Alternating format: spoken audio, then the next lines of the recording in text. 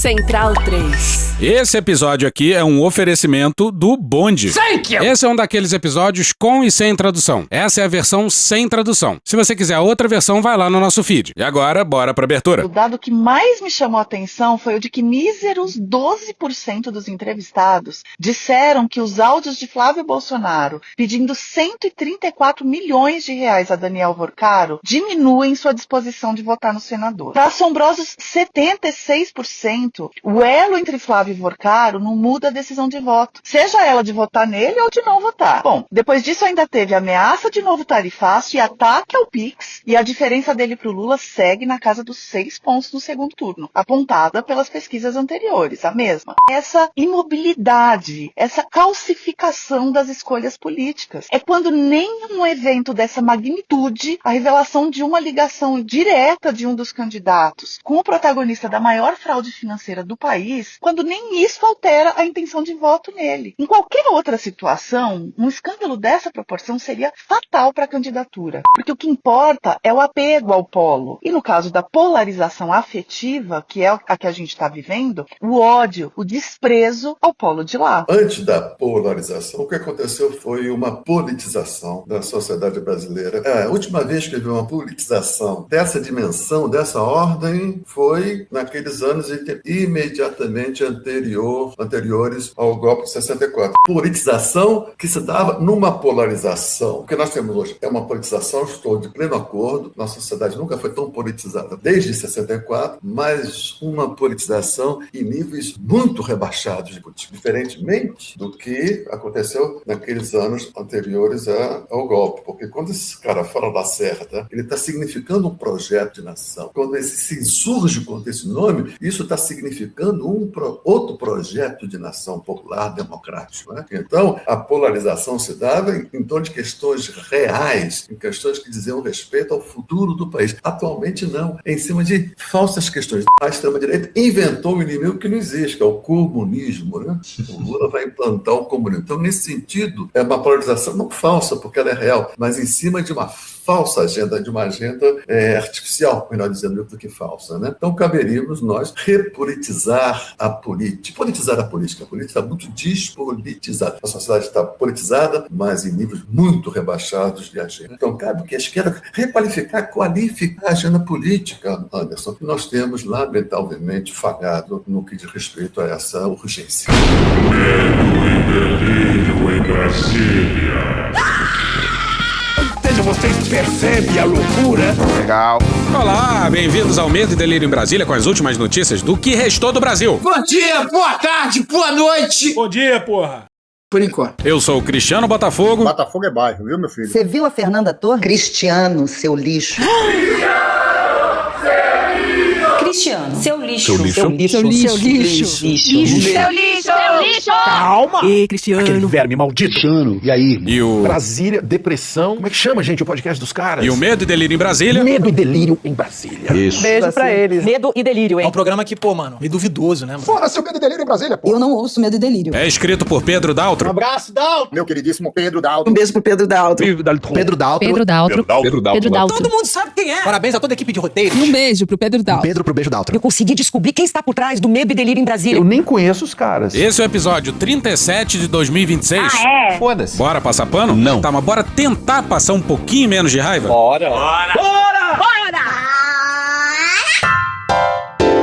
Sobre imigrantes, nazistas e alienígenas. Caralho, cuzão. Tamo de volta, senhoras e senhores. Tô com a voz um pouquinho prejudicada hoje, mas vamos que vamos. Ousadia e alegria. E 2 avisos rápidos. Alô, povo do Rio de Janeiro. Rio de Janeiro. Dia 20 de junho agora, festa do Medo e Delírio no Circo Voador. Com DJ Taia Pitaia, Biltre, Cumbia Combo Fuego, com Mincho Garramone, Afro Ribeirinhos e Leto. E ainda tem Benegão Botasom e a mixtape do Medo e Delírio, mas ficou completamente irrelevante no meio dessa galera toda aí. Pô, fora seu medo e delírio em Brasília. Os ingressos estão lá na Eventim. Você pesquisa no Google Festa Medo e Delírio Circo Voador que vai aparecer. O link também tá no descritivo do episódio aqui. E segundo aviso, alô galera de Porto Alegre. Dia 27 de junho agora, sábado, no Espaço Cultural 512, vai ter o lançamento do livro Juízo Final, da Gabriela Biló, do qual esse que vos falam participaram humildemente, um evento aberto pra todo mundo. Aí, na sequência, lá também no Espaço Cultural 512, só que agora um evento fechado, vai ter a Festa do Medo e Delírio em Brasília. E aí vai ter DJ Matias Pinto, pois é, ele mesmo, mesmo, do xadrez verbal, Lacumbi Artificial, Latim Jambu e DJ Bruna Machado. Além da, de novo, depois dessa galera toda aí, irrelevante mixtape do Medo e Delírio. Os ingressos estão no site do Espaço Cultural 512, espaço512.com.br. Navega lá que você acha. Lembrando que o lançamento do livro é aberto pra todo mundo, mas aí a festa, como a gente ainda não ganhou na Mega Sena, aí a gente tem que cobrar ingresso pro rolê se pagar. Mas agora sim, vamos seguir. Vamos seguir. Bora seguir com mais um episódio gringo, hein? E antes de falar da guerra lá no Oriente Médio, bora falar do remake nazista a cargo do governo dos Estados Unidos. Peter B. Hegseth, Secretary of War of the United States of America,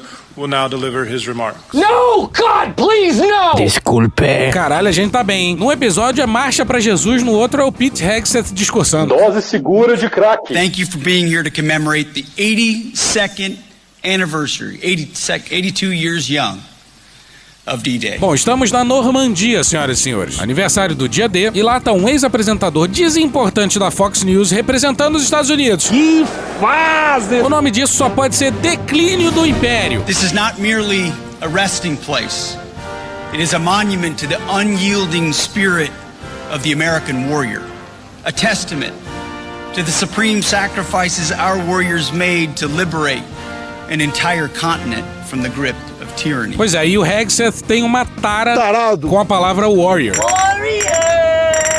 Guerreiro em português. Guerreiro! We are not defenders anymore. We are warriors. Trained to kill the enemy and break their will. History is watching. Por isso que a Secretaria de Defesa virou uma secretaria da... So at the Defense Department, we're doing 3 critical things at his direction. Number 1, we're restoring the warrior ethos. Guerreiro! Aí o grito que o cara dá atrás é muito bom, olha só. We're restoring the warrior ethos. We're getting back to basics. We're not a college or a university. We're not interested in your woke garbage and your political correctness. Ah, porra! Você parece maluco, porra! Para nós, não existe o politicamente correto. Pois é, uma plateia de militares foi a loucura. Que merda, hein? Bom, e o ethos do guerreiro idealizado pelo Hegseth, tal qual idealizado por ele, deixa de fora negros e mulheres, por exemplo. O Hegseth não pode ver um negro ou uma mulher prestes a ser promovido nas Forças Armadas que já vai cancelando a promoção. Por que será? Volta pra Normandia. Dark forces had swept across Europe. Hitler boasted that his Atlantic Wall was impenetrable. But our enemy made a fatal miscalculation. They underestimated the unbreakable will of the American fighting man. Alongside the brave forces of Great Britain, Canada, France, Norway, Poland. Mas quem mais que tinha, quem mais que pode ser? And our other capable and steadfast allies. Mano, corra, rapaz. Era óbvio que o Hegseth não ia mencionar a União Soviética, né? Nem os seus espantosos 24 milhões de soldados mortos na Segunda Guerra Mundial. Os Estados Unidos perderam 420 mil pessoas. In the years since these beaches, much of the West, in some places, in some quarters, and in some capitals, grew comfortable. We forgot that freedom is not free. Essa eu quero ver. Não quero ver, não. Temos um bem que está à nossa frente e não podemos desprezá-lo, achar que ele não vai acabar nunca. É um bem e nós devemos sempre zelar por ele, que é a nossa liberdade. We forgot that peace is not wished into being. It is bought with purpose, with honor, and with strength. The men who landed on these beaches knew this. The question we ask ourselves is, do we? Mais uma vez o governo Trump ofendendo os anfitriões europeus. De novo, caralho! E se preparem. Sadly, today, different European beaches are stormed by different dangerous ideologies. Caralho! O Hegseth está dizendo que há 82 anos teve uma invasão, um início de reocupação, mas agora tá tendo outra invasão, só que de imigrantes. Vocês lembram quando o Trump se referiu assim a esse problema, né? It's poisoning the blood of our country. Puta que pariu. They're destroying the blood of our country. That's what they're doing. They're destroying our country. They don't like it when I said that. And I never read Mein Kampf. They said, oh, Hitler said that.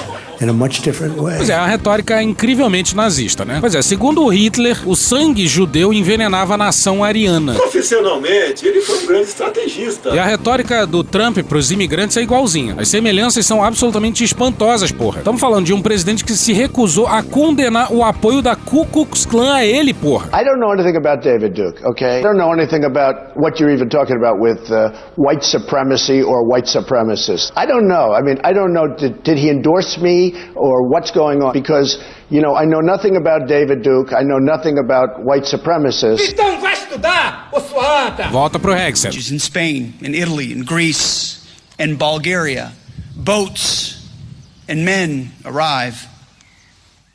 When will European capitals do something about that invasion? Or is it too late? Alguém na Alemanha nazista deve ter feito a mesma pergunta 8 décadas atrás. I pray not, and I believe not. The men who fought and died here restored freedom to Europe.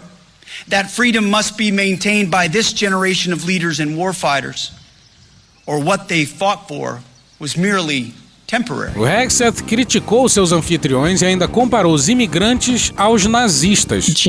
Imagina, o nazismo foi uma máquina de matar gente em escala industrial. Aí o arrombado do Hexet compara os nazistas aos imigrantes. Vocês estão loucos! Vocês têm noção do quão louca que é essa comparação? Porra, é um desrespeito não só aos imigrantes, como a todas as vítimas do nazismo. As our great president Ronald Reagan once said. Acabou. Já tá desvirtuando já. A verdade é que seria bastante verossímil que fosse pior, que esse maldito aí citasse o Nixon.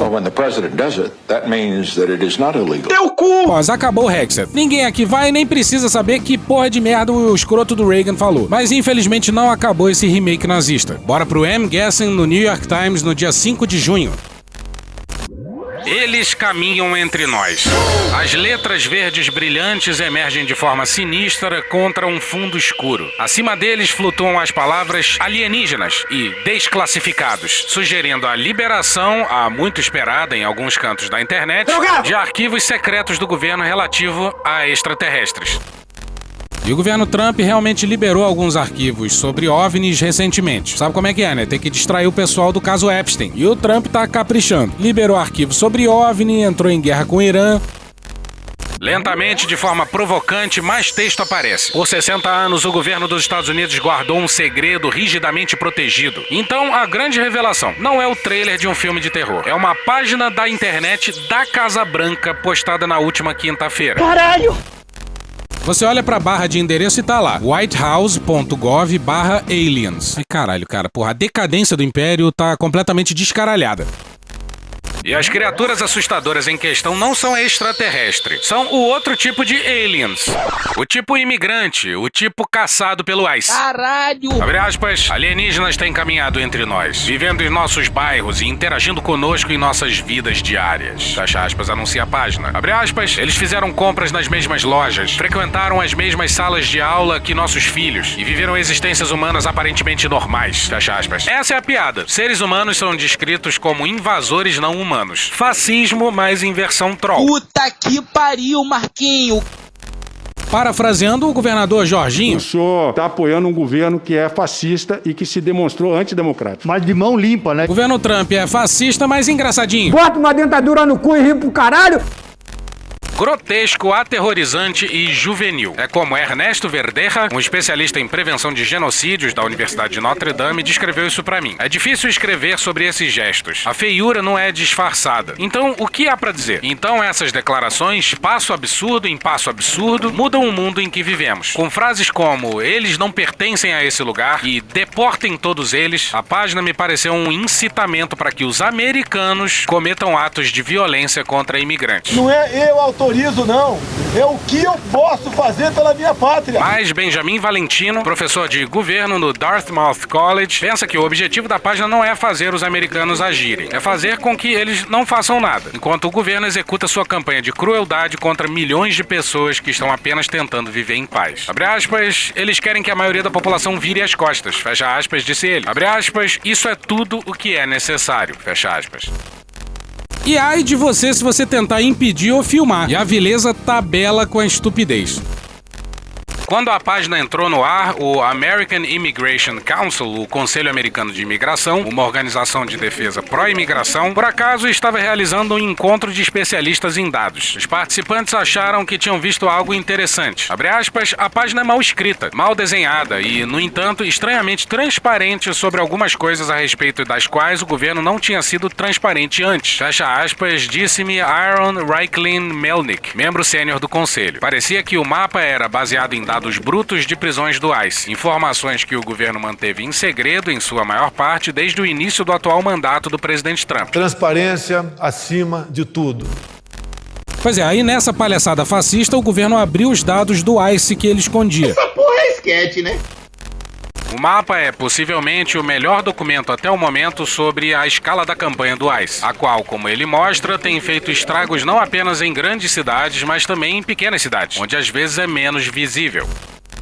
Vazaram tudo. O que eles têm de vileza, eles também têm de burrice. Mas antes do próximo tópico, quem é ouvinte do Medo e Delírio já tá ligado no nosso novo parceiro, né? Esse episódio aqui é um oferecimento do Bond. O Bond é uma plataforma que conecta formação política e ação coletiva, para aprender a se organizar e agir junto por mudança real. E a luta pelo fim da escala 6x1 não acabou. Infelizmente. Depois da vitória na Câmara, foi pro Senado. E o Alcolumbre já avisou que vai fazer tudo com muita calma. Não pode, cara. E é aqui que entra o Bond. Em parceria com o movimento VAT, Vida Além do Trabalho, o Bond já mobilizou centenas de milhares de pessoas nas redes e nas ruas. Teve até projeção no show da Shakira. E a pressão funcionou. E é aqui que entra você. Entra aí no site fimdaescala6x1.com, fimdaescala6x1.com, para pressionar o Alcolumbre a botar a PEC em pauta. É muito rápido. Em 5 segundos você envia um e-mail direto para ele. Ah, e continua acompanhando o Vamos de Bond no Instagram para ficar atualizado. Eu já deixei minha pressão lá. E você? Sobre terrorismo de Estado. E lá vamos nós pro Oriente Médio para falar da... Vamos começar falando de crimes de guerra, de terrorismo de Estado. E quem fala a seguir é um jornalista do New York Times. And what we were able to establish is that, based on satellite imagery, videos, like all of the same things that we're doing in our investigations, is that the US deployed 3 new missiles that they had not used in combat before, and it's basically a missile that explodes above the ground and basically shoots out 180,000 tungsten pellets in all directions. Em inglês eles usam a palavra pellets, que são pequenos cilindros de material prensado. Nesse caso, tungstênio. Imagina aí, 180 mil pedacinhos de tungstênio voando por aí. 3 mísseis com 180 mil pedacinhos de tungstênio voando por aí. So this is not a weapon that you want to use above a residential area, because you're gonna perforate, you're gonna you're gonna put these tungsten pellets in everything that's in its way. But 3 of these missiles exploded above exactly that, above residential areas, including a sports hall where a girls' volleyball team was having practice. Not only that, there was also a boys' team doing soccer practice. And we were able to establish that 21 civilians died. And what is so striking is this got way less attention, but the US denied any responsibility and did the same thing. They said, actually, what you're seeing in the video, that's not a US missile, that's looks like an Iranian missile. So they again shifted the blame towards Iran. E assim como no caso da escola, os Estados Unidos mataram crianças. E a culpa, claro, é do Irã. No primeiro dia de guerra, os Estados Unidos mataram 168 meninas. O Trump prometeu investigação e, obviamente, não tem investigação nenhuma. Sobre Israel, a gente podia dedicar todos os episódios daqui até o final do ano, mas ainda faltaria espaço para tanta vileza. Bora pro Damien Gale no Guardian no dia 25 de março. Quando o projétil de artilharia de 155mm da série M825 explode, expelindo suas cunhas de feltro contendo fósforo branco, ele deixa uma fumaça distinta em formato de articulação de dedos. Foi assim que os pesquisadores da Human Rights Watch disseram que foram capazes de verificar que Israel estava usando novamente a notória arma sobre o sul do Líbano, reacendendo as acusações de que está violando as leis de guerra. Pois é, ao que parece, Israel nunca respeitou as leis de guerra. Dá pra falar isso com tranquilidade. São décadas de terrorismo de Estado. O grupo de direitos humanos, baseado em Nova York, disse que verificou e geolocalizou 8 imagens que mostram munições de fósforo branco explodindo no ar sobre áreas residenciais na cidade de Yomor, no sul do Líbano, nos dias iniciais da ofensiva de Israel durante a guerra em Gaza. É o quê? Vale tudo nessa merda? Para Estados Unidos e Israel vale qualquer merda? 180 mil pedacinhos de tungstênio? Fósforo branco? Desde então, mais vídeos surgiram pretendendo mostrar munições de fósforo branco explodindo sobre o sul do Líbano. E pesquisadores dizem que, com 800 mil libaneses deslocados da região, após as forças israelenses ordenarem que saíssem, muitos outros usos podem ter ficado sem documentação. E não é um caso ou outro isolado, não. Ahmad Beydoun, arquiteto e pesquisador de doutorado da Delft University of Technology, na Holanda, documentou e mapeou quase 250 usos de fósforo branco pelas forças israelenses entre outubro de 2023 e novembro de 2024, a última vez que lançaram um ataque em grande escala contra o sul do Líbano. Beydoun, que disse que sua contagem era uma estimativa conservadora, descobriu que 39% dos usos foram em áreas residenciais, 17% em terras agrícolas e 44% em terrenos florestais ou abertos. De acordo com um relatório da organização sem fins lucrativos libanesa Public Works Studio, o fósforo branco foi usado para queimar mais de 2.000 hectares no sul do Líbano, abre aspas, incluindo 873 hectares de floresta densa com eucaliptos e vastas áreas cobertas por carvalhos e pinheiros. E o objetivo é óbvio. O fósforo branco também pode permanecer oculto no solo e entrar em combustão espontaneamente quando descoberto por agricultores, representando uma ameaça contínua se a população do sul do Líbano puder retornar para suas casas. E é muito difícil apagar fogo de fósforo branco, hein? E os efeitos também podem ser sistêmicos, alertou o relatório, uma vez que ataques repetidos de fósforo branco saturam o solo com ácido fosfórico, juntamente com metais pesados tóxicos como cádmio, chumbo e zinco. Juntos, informou o relatório, esse acúmulo, abre aspas, pode reduzir a diversidade microbial, esgotar a fertilidade do solo e diminuir a produtividade agrícola, fecha aspas. É assim que se mata um povo, é assim que se mata um país. Bora com a Sanjana Varghese, no dia 6, no New York Times. O Times fez perguntas aos militares israelenses sobre o uso de fósforo branco em Nabatie, Klaya, Kiam e Tiro, em 4 instâncias específicas, e forneceu as coordenadas para esses incidentes. Os militares israelenses não comentaram sobre esses incidentes. Nós queremos transparência. E sim, eles se deram o trabalho de negar. Um relatório da Human Rights Watch, em 2009, descobriu que os militares israelenses haviam usado repetidamente essas munições sobre partes densamente povoadas de Gaza. 4 anos depois, após pressão internacional de organizações de direitos humanos, os militares israelenses anunciaram que reduziriam significativamente o uso de fósforo branco.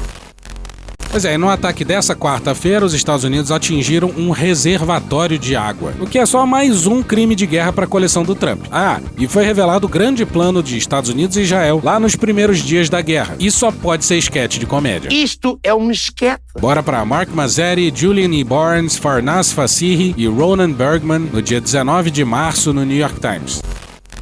Dias após os ataques israelenses matarem o líder supremo do Irã e outras autoridades de alto escalão nas salvas de abertura da guerra, o presidente Trump refletiu publicamente que seria melhor se alguém de dentro do Irã assumisse o país. Acontece que os Estados Unidos e Israel entraram no conflito com um alguém em particular e muito surpreendente em mente: Mahmoud Ahmadinejad, o ex-presidente iraniano conhecido por suas visões de linha dura anti-Israel e anti-americanas.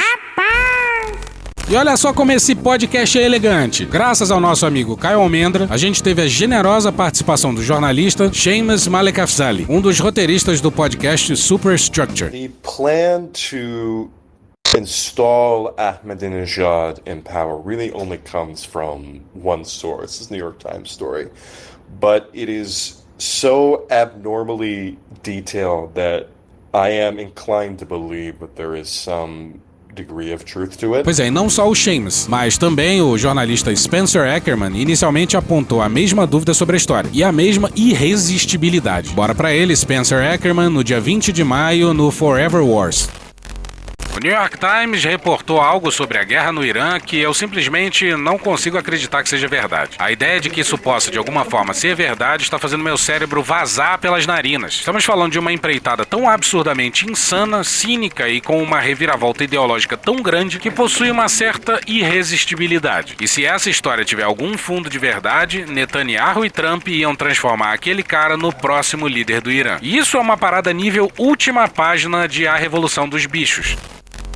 Pra ser mais irônico, só se eles ressuscitassem o Khamenei e metessem ele de volta no poder. Volta pro Sheamus. Essentially, what it proposed, at least from the Israeli and U.S. side, was that Ahmadinejad, who was in Tehran and had a sort of bodyguard / just straight guard situation going on. His movements had been limited. At least over the past few years. The idea was that an airstrike would take out those guards and Ahmadinejad, through some sort of series of events, would be able to lead a new Iranian administration post-Khamenei being assassinated. And apparently Ahmadinejad was privy to this plan. He had been informed about this plan. Nevertheless, once the airstrike happens, Ahmadinejad is injured and he is no longer on board with the plan, and the United States does not seem to have any sort of real idea of who else could replace him. E não existe nome mais absurdo do que o Ahmadinejad, né, Caio? Bora ouvir o Caio Almenda. O Ahmadinejad tem o currículo típico do regime iraniano, que significa que ele participou da Revolução Iraniana em 79 como estudante, depois ele entrou na Guarda Revolucionária para defender o Irã da invasão do Iraque. O Iraque invadiu apoiado pelos Estados Unidos, e depois ele tirou um doutorado, dessa vez, no caso dele, em engenharia. Em 2005 ele se tornou, depois de ter sido prefeito de Teherã por 2 anos, ele se tornou presidente do Irã. O presidente do Irã, ele é quem governa o dia a dia do Irã. O líder supremo tem um poder mais geracional, por assim dizer. Ele tem as decisões maiores. Como no governo do dia a dia, as medidas que ele tomaram foram de desenvolvimentismo, muita preocupação com a questão da pobreza, populismo, e em especial diante do impacto das sanções americanas. E outra coisa que ele fez, simultaneamente, foi, ora, vamos pressionar contra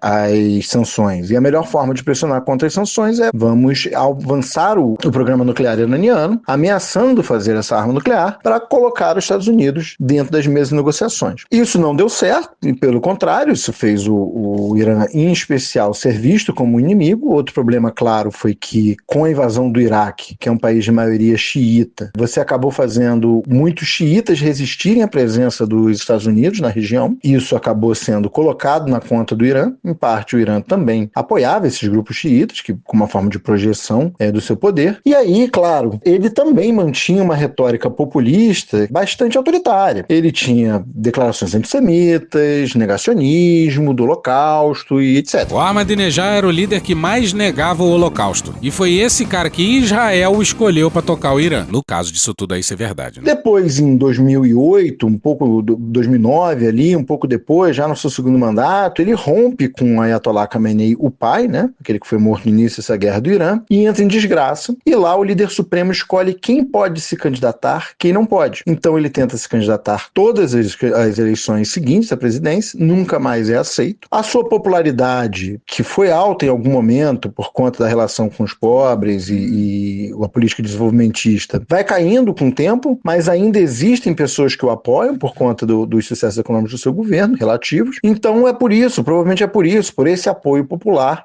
que os Estados Unidos pensaram no Ahmadinejad como alternativa. Mas na época que ele foi governante há 20 anos atrás, ele era pintado como um dos maiores vilões do mundo pelo próprio Estados Unidos. E continuando essa maldita e macabra sketch, nos últimos dias de maio, o Trump fez um de seus posts mais inacreditáveis. E tem tudo a ver com o que a gente falou no último episódio sobre essa triste figura, porque o Trump enfiou na cabeça que é um dos grandes personagens da história mundial. Um Alexandre o Grande do século XXI. E aí ele precisa desesperadamente convencer o mundo dessa merda. Bora pra cabeça do Trump? As negociações com a República Islâmica do Irã estão avançando muito bem. Bing, bing, bing. Missile launch, bing. Boom. Tem que ser um grande acordo para todos, ou então não haverá acordo nenhum. De volta ao campo de batalha e aos tiros. Bing, bing, bing. Mas só que agora maiores e mais fortes do que nunca. Você tem quantos anos, menino? E ninguém quer isso. Aí o Trump segue falando que discutiu no sábado com os líderes de Arábia Saudita, Emirados Árabes, Catar, Paquistão, Turquia, Egito, Jordânia e Bahrein e... Eu afirmei que depois de todo o trabalho feito pelos Estados Unidos para tentar juntar as peças desse quebra-cabeça tão complexo, deveria ser obrigatório que todos esses países, no mínimo, assinassem simultaneamente os acordos de Abraão. Você é maluco, é? Ou você é idiota? Esse aí é um acordo que o Trump promoveu em 2020. Acordos de segurança de Israel com Emirados Árabes e Bahrein. O Sudão assinou depois. E curiosamente, Emirados Árabes e Israel estão por trás da brutal guerra civil no Sudão. E o apoio israelense vai além de inteligência, armas e equipamentos, hein? Bora para uma matéria não assinada no Quds News Network no dia 11 de novembro do ano passado. Observadores dizem que as forças de apoio rápido começaram a espelhar a linguagem e as táticas de Israel usadas em Gaza, enquadrando a violência em massa como necessidade militar. Pois é. Muito cruel! Volta para a cabeça do Trump. Esses países discutidos são Arábia Saudita, os Emirados Árabes Unidos, já é um membro. Catar, Paquistão, Turquia, Egito, Jordânia e Bahrein já é um membro. Pode ser possível que um ou dois tenham um motivo para não fazê-lo. E isso vai ser aceito. Mais ou menos. Mas a maioria deve estar pronta, disposta e capaz de tornar esse acordo com o Irã um evento muito mais histórico do que seria de outra forma. O Trump tá pouco se fudendo pra eleição. Vide, a guerra se arrastando e a inflação fudendo com os americanos. Ele tá preocupado com os livros de história. Um evento muito mais histórico do que seria de outra forma. E volta pra cabeça do Trump.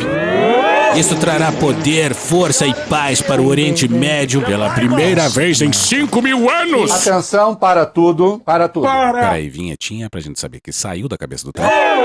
Agora sim. Porra, 5.000 anos? Ah, vai te tomar no cu, rapaz. Porra, a gente ficou tão puto que a gente pediu outro áudio pro Caio Almendra. Essa história que a região do Levante vive em guerra há 5.000 anos é uma falsificação histórica, né? E pior, é uma falsificação histórica maliciosa, com objetivo político de defender colonialismo, apartheid, genocídio. Primeiro, assim, dizer que as guerras atuais ocorrem por ódios ancestrais despolitiza o conflito, que é moderno, é colonial, é territorial, tem a ver com as questões atuais e não qualquer coisa que tenha acontecido com uma sociedade muito diferente de 5.000 anos atrás. Depois, ela torna a guerra inevitável. Esse tropo de que tem 5.000 anos de guerra é um tropo antigo fascista, né? Que é a guerra não tem alternativa, vai ter guerra, o que resta pra gente é vencer. E basicamente é a retórica do Pete Hegseth. E por fim, uma visão muito orientalista, tem um certo chauvinismo ocidental. Tipo, a França e a Alemanha passaram milênios em guerra, de um lado para o outro. A boa parte dessas guerras tiveram conteúdo religioso. Mas ninguém vira e diz, não, a França e a Alemanha têm que voltar a se matar, é inevitável que uma guerra aconteça daqui a pouco. As pessoas só fazem isso com população de pele marrom. Mas acima de tudo, essa história é uma mentira. A mentira estatística. A região do Levante não é mais violenta que outras com geografia similar, que tem vários povos e por aí vai. A região tem diversas religiões, mas todas as transições demográficas, todas as vezes que uma religião foi suplantada por outra, foram processos lentos, que demoraram muitos séculos, tiveram muito mais uma questão de conversão do que de eliminação. A guerra fazia parte, mas nem tanto. Muitas vezes os povos conviveram pacificamente, tirando uma vez. No século XIX, a população judaica da região do Levante era de 2,5% e a população islâmica era de 85%, a população cristã era de 8% a 10%. Em menos de um século, a proporção passou a 50% judeus, 50% árabes, que na verdade inclui aí tanto cristãos quanto islâmicos. E esse momento atual é que está claro que o governo já é uma potência nuclear, quer que a proporção vire 100% judaica. E afirma isso em todas as redes sociais para quem tiver estômago suficiente para apertar traduzir de hebraico. E é por isso que ficam falando de 5.000 anos, para apagar o fato de que não é normal o que está acontecendo lá, é específico do momento atual dos últimos 100 anos de história do Levante. Um abraço, pessoal. Valeu, Caio. Obrigadíssimo. De volta pra cabeça do Trump. Será um documento respeitado como nenhum outro que já tenha sido assinado em qualquer lugar do mundo. Baixa a bola pra caralho. Seu nível de importância e prestígio será incomparável. Deve começar com a assinatura imediata pela Arábia Saudita e pelo Catar. E todos os outros devem seguir o exemplo. Se não fizerem, não deveriam fazer parte desse acordo, pois isso demonstra má intenção. Ao falar com vários dos grandes líderes mencionados acima, eles ficariam honrados, assim que o nosso documento for assinado, em ter a República Islâmica do Irã como parte dos acordos de Abraão. Pois é, o cessar-fogo viraria um acordo de paz entre Israel e Irã. Totalmente drogado! E até o Trump sabe o quão insano é essa sugestão. Uau, agora isso sim seria algo especial. Uau. Pois é, o Trump espantou o próprio Trump. Uau.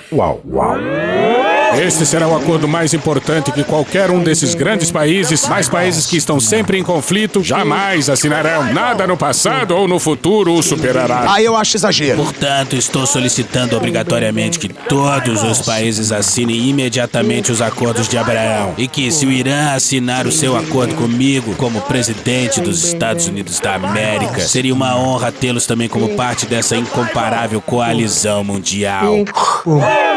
Pois é, o idoso Trump tá despachando via postagem em rede social.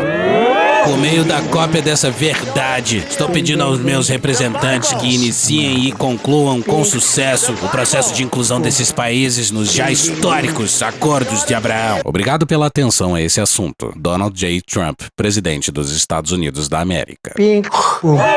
Porra, gente, vamos combinar que não é possível que tenha havido um declínio de império tão constrangedor quanto esse. Manifesto da Palantir. Esse tópico era pra ter saído antes do recesso, mas... deu errado! E vai cair como uma luva nesse episódio. Foda-se o Medo e Delírio em Brasília, pô. A gente já falou da Palantir por aqui. Foi num episódio banhado em ácido estragado. Eu votei a favor das drogas. Intitulado Medo, Delírio e o Anticristo. Protagonizado pelo esquisitíssimo Peter Thiel. You're deeply invested in Palantir, in military technology, in technologies of surveillance, in technologies of warfare, and so on, right? E vai aqui um adendo importante. Então, a Palantir, ela não age apenas assim para a repressão, para a polícia, para exércitos, embora ela esteja envolvida, que nem mostraram no VT, todo tipo de abuso humanitário, todo tipo de genocídio que tem, vocês vão ter algum produto deles sendo vendidos. Volta lá pro episódio banhado em ácido. And it just seems to me that when you tell me a story about the Antichrist coming to power and using the fear of technological change to sort of impose order on the world, I feel like that Antichrist would maybe be using the tools that you were building, right? Like, wouldn't the Antichrist be like, great, we're not going to have any more technological progress, but I really like what Palantir has done so far, right? Yeah, isn't that a concern? Wouldn't that be the irony of history would be that the man publicly worrying about the Antichrist accidentally hastens his or her arrival? There are all these different scenarios. I obviously don't think that that's what I'm doing. Bom, Peter Thiel fundou a empresa com o Alex Karp. E esse Karp aí é tão esquisito quanto o Peter Thiel. É difícil. O Bruno Natal, do podcast Resumido, generosissimamente gravou pra gente um perfilzinho do Alex Karp. Oi Pedro, oi Cristiano. Bom, falar do Alex Karp é falar de um dos CEOs mais controversos do Vale do Silício. E o que a Palantir faz é um software de análise de dados para as agências de inteligência, agências militares, polícias. Hoje a empresa está avaliada em mais de 380 bilhões de dólares. Ele tem doutorado em teoria social pela Universidade de Goethe, em Frankfurt. Ele não tem nenhuma formação técnica em tecnologia e fala barbaridades que nenhum outro CEO do setor fala. Isso é uma proeza difícil de dar conta, hein? Quando um jornalista da Wired perguntou pra ele sobre os competidores, ele falou, abre aspas, nossa competição é política. A esquerda woke e a direita woke acordam todo dia tentando descobrir como podem prejudicar a Palantir. Insuportável! Fecha aspas. E depois ele disse que o pensamento progressista é como se fosse uma religião pagã. O uso de drogas. Numa outra entrevista, quando o jornalista disse você acorda pra vencer, o Karp corrigiu e falou, abre aspas, eu não penso em ganhar ou perder, eu penso em dominação. Que beleza. I don't think in win-lose, I think in domination. Gentil ele. Sabe como é que é, né? Afinal, ele é um guerreiro!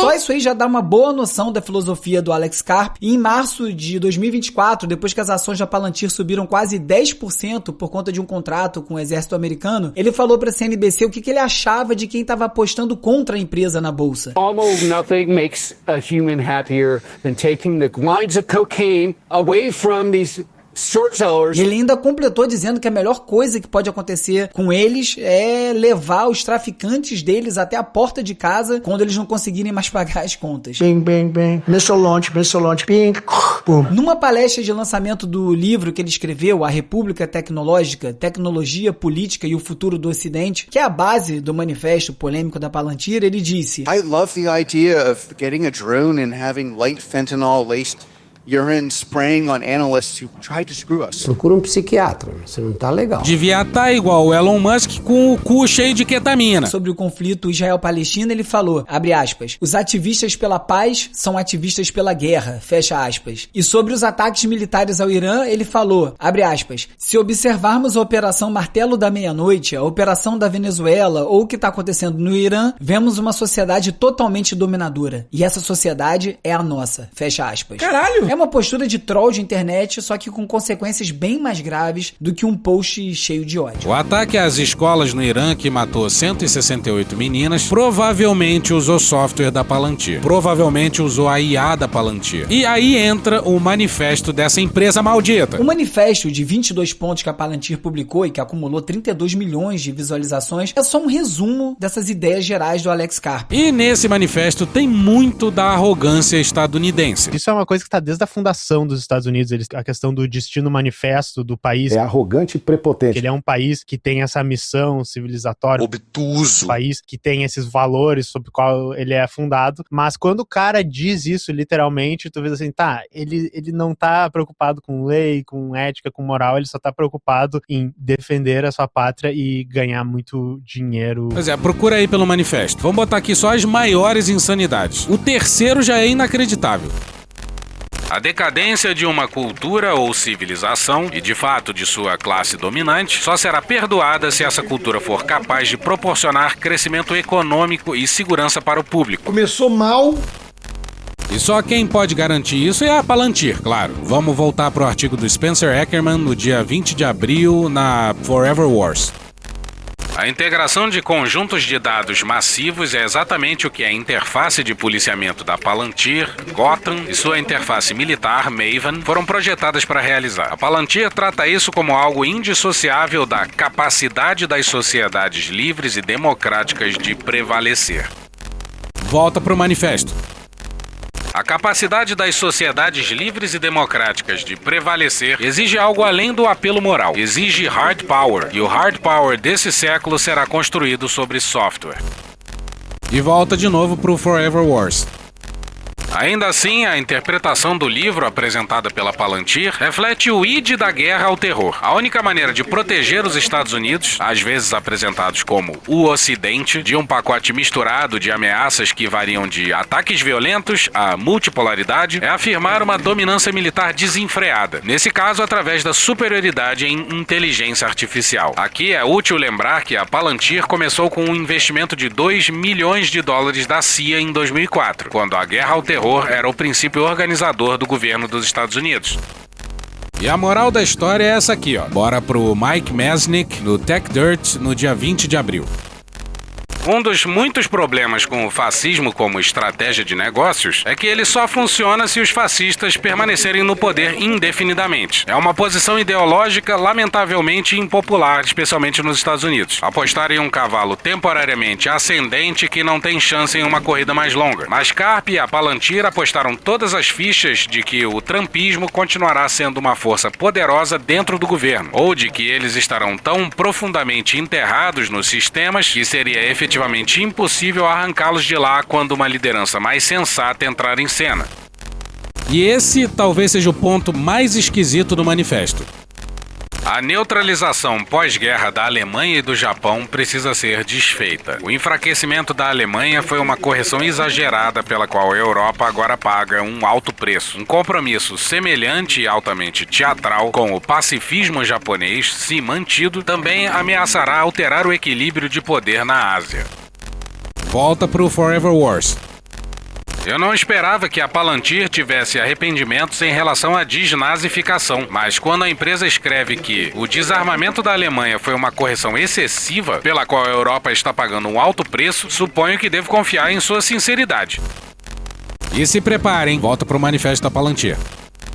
Algumas culturas produziram avanços vitais, outras permanecem disfuncionais e regressivas. Hoje, todas as culturas são consideradas iguais. Críticas e julgamentos de valor são proibidos. No entanto, esse novo dogma ignora o fato de que certas culturas e subculturas produziram maravilhas. Outras se mostraram medianas e, pior ainda, regressivas e nocivas.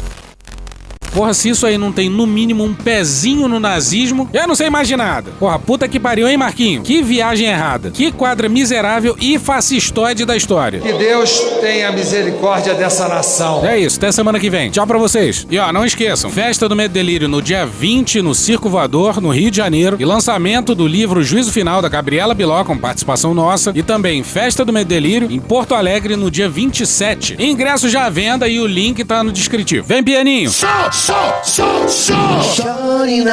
E hoje a gente fica por aqui. Esse episódio usou áudios de Flávia Tavares, Faixa Livre, Petit Jornal, Choque de Cultura, Gil Brother, Hermes e Renato Franciel, Cruz Altas Horas, Fernanda, Torres Galans, Feios, Ariel Palácios, Rafa Montaís Bilenque, Natuza Neri, Ango de Grilo, Sâmia Bonfim, Maria Rita, Xadrez Verbal, Bebel da Bebel Books, Elodângelo, Carol, Ituana Bonassa Letícia, Sarturi Wall Não Inviabilize Alfredo Rolo Bagaceira, Chique Avises e Músicas Globoneils, Porta dos Fundos, História Pública, Estúdio CBN Meteoro Brasil, Podcast Pauta Pública, Diogo Defante, Ian Neves, Professor Pasquale Carla Bora, Tiaguinho, Gilberto Gil, Fox Tesoureiros do Jair Sport, Guerreiros, Indave Media, na Sky News, Austrália, Team America World Police, Band de Jornalismo, Programa Cadeia Dom e Juan Antônio Barros, O Paio Maisa de Telegraph, Last Week Tonight, CQC Pesadelo na Cozinha, O Gui Arcanjo Midcast, Rush, Nosferatu Sound Effects, A Hora do Pesadelo Metrópolis, CNN Brasil, João Pimenta, Joy Paz, Intercept Brasil, Furcan Gozucara, Planalto Programa do Ratinho, Seiamos Malekafzali, Caio Almendra de Tonight Show, Samira Close, Januário de Oliveira, Portal, Uai Rádio Band News, FM Edmota, Dr. Fio Negrão, 5 estrelas Jovem Pan Esportes, Samuel Mariano, Brasil de Fato MTV, Cortésia, TV Brasil, Bruno Natal do Podcast Resumido, Panorama CBN Drauzio, Varela Gaveta Bahia Cast, Desamascarando Editora Livre Arte, TV Quase TV, Câmara Distrital, ICL Notícias, Podcast Conversa com Bial Emanuela, da PC Associação, Poder 360, Podia Cast TV, Senado Casé TV Inteligência Limitada, Hot Tem Greg News, Thiago Santinelli, Emma Sacrel e The Office. Thank you! Se quiser e puder, pinga um lá pra gente no apoia.se/Medo e Delírio, no patreon.com/Medo e Delírio em Brasília, na Orelo ou no Pix Medo e Delírio em Brasília @gmail.com. Porra, doação ao caralho, porra. Não tem nem dinheiro pra me comprar um jogo de videogame, morou, cara? Assina o nosso feed no seu agregador de podcast favorito e dá uma olhada nas nossas redes sociais. E também no loja.medoedelirioembrasilha.com.br. Eu sou o Cristiano Botafogo, o Medo e Delírio em Brasília é escrito por Pedro Daltro e produzido pelo Guilherme Gandolfi,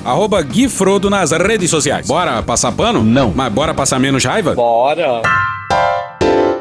Me permite uma parte? Não lhe dou a parte. O Vorcaro está apostando no tempo. O Vorcaro está apostando que o sistema vai salvá-lo. Ele fez investimentos em ativos importantes do sistema, dos poderes, e acha que ainda vai ter o retorno disso. Aí você fala, não é possível, com o avanço dessas negociações. Ora, se ele está contando com o tempo, ele está contando com um outro momento, um outro ambiente da política. Que seria isso? Um pós-eleição. E aí passaria mais um tempo na prisão e ele acha que pode ter uma acomodação no pós-eleição por parte desse sistema. Que você fala assim, ninguém sabe o que vai acontecer na eleição. É verdade, não sabemos. Mas vamos supor que o presidente Lula ele seja reeleito. Você tem um Congresso que vai ficar ainda mais forte, pelo que as pesquisas estão dando, para direita, o grupo do Centrão. São os grupos onde o Vorcaro atuava com mais... Sem cerimônia, Lins, vou botar assim. Sem cerimônia. O horário não permite. É uma boa definição. Sem cerimônia. Mais desenvoltura. Mais intimidade. Então apostaria nessas conexões. Aí você fala assim, mas isso aí é um terreno na Lua. Bom, mas até aqui, o que mais que a gente pode imaginar de uma pessoa que está presa, que já sabe o que o próprio celular é uma delação premiada e está na segunda negociação e ainda assim na visão de investigadores não avança. Então que esse seria o cenário agora, desde sempre na verdade, mas que agora está ficando ainda mais claro para investigadores que estão envolvidos com essa apuração. Acabou? Não. My name is Eduardo Giral. O que para mim não está explicado, né? Isso dói. Aquela visita no dia depois da prisão. Tem uma analogia que o pessoal faz, inclusive lá no plenário, pessoas inclusive que a gente tem boa convivência, que diz, poxa, com todo respeito, é como se você fosse um marido infiel, fosse num prostíbulo e dissesse, eu vim aqui hoje para dizer que eu não vou mais voltar aqui. Estou arrependido. Entendeu? Então, fiz as pazes com a minha mulher e não volto mais. É uma coisa, e o próprio presidente do PL, depois, disse outra coisa. Não, foi cobrar o dinheiro. Acabou? Não. Olá, pessoal do Medo e Delírio em Brasília, tudo bem com vocês? Aqui quem fala é Edgar William dos Santos, eu sou da Livre Arte Editora. E hoje eu vim aqui para falar um pouco sobre o livro Trabalho dos Homens, Como Interromper Ciclos de Violência. Esse livro foi escrito pelo Paul Kivel e lançado originalmente em 1992, lá nos Estados Unidos. E somente agora a gente passa a ter uma versão em língua portuguesa, uma edição brasileira, a partir da tradução do Felipe Requião. Bom, para vocês terem uma ideia da importância dessa obra, a nossa edição brasileira ela foi prefaciada pela Maria da Penha e nos comentários, nas orelhas, está o texto da Sueli Carneiro. A Maria da Penha, aliás, no seu prefácio, ela ressalta a importância da gente trazer essa obra para o Brasil bem no ano em que a Lei Maria da Penha completa 20 anos. Então, e essa obra ela é essencial, né, nesse tema de masculinidades ou como construir masculinidades mais saudáveis. O Paul Kivel, ele é um educador, ativista, e o que eu acho mais bacana é que ele não parte de um lugar assim de,